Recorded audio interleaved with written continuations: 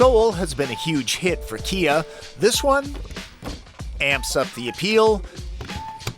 No need for this stuff. This is the Soul EV. I'm Tom Voelk with Driven for the New York Times.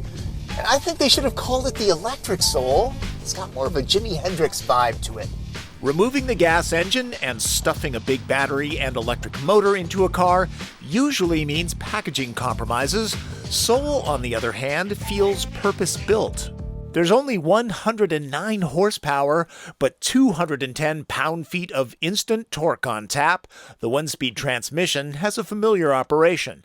The battery, mounted beneath the floor, is encased in protection that stiffens the body structure and actually improves ground clearance by about half an inch. With the battery completely spent, it takes 24 hours to completely charge Soul up using standard 110 current.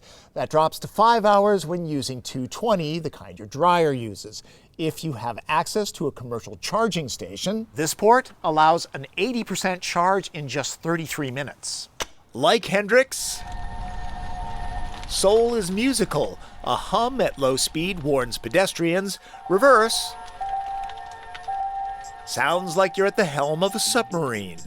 Electric motors have gobs of torque off the line, so it feels punchy in city driving, even though overall it's not particularly fast. There's very little electric whine from the motor. 0 to 60 is a leisurely 11 seconds. Do not race a Prius for pinks. You will lose.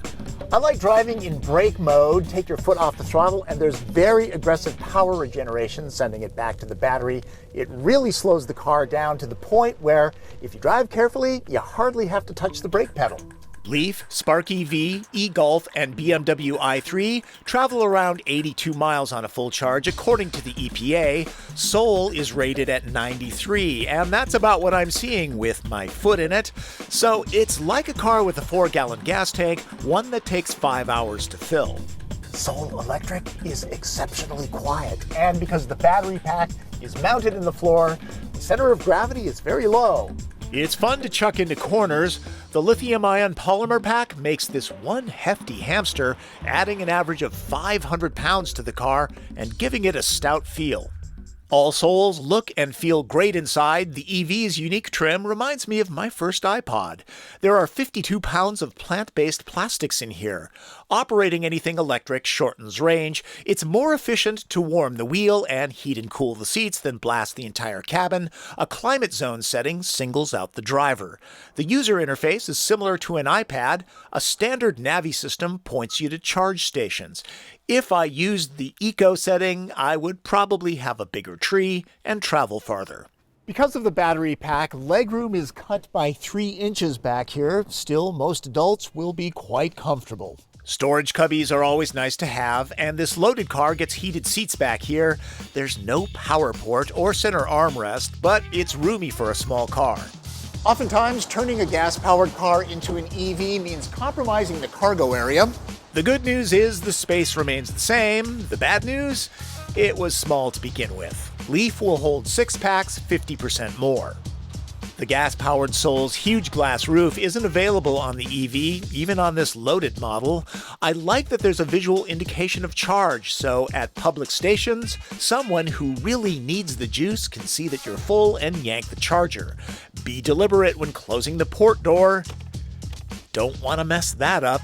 Charging can be scheduled in case there's lower electricity rates at night where you live. The climate control can be set too, so it heats or cools while it's plugged in, which extends the range. Starting at $33,700 before any tax credits, Soul EV is much more affordable than a Tesla, perfect for those who feel Leaf looks too, well, French. My biggest gripe?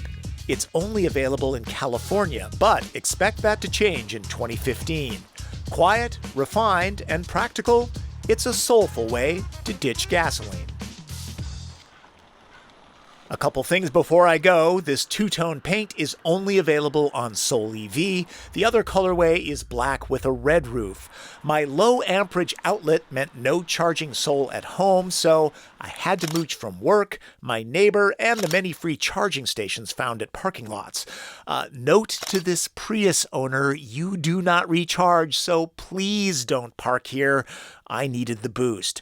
And my apologies to a Leaf owner named Garrett who let me use his Blink account while I wrote this story at Starbucks.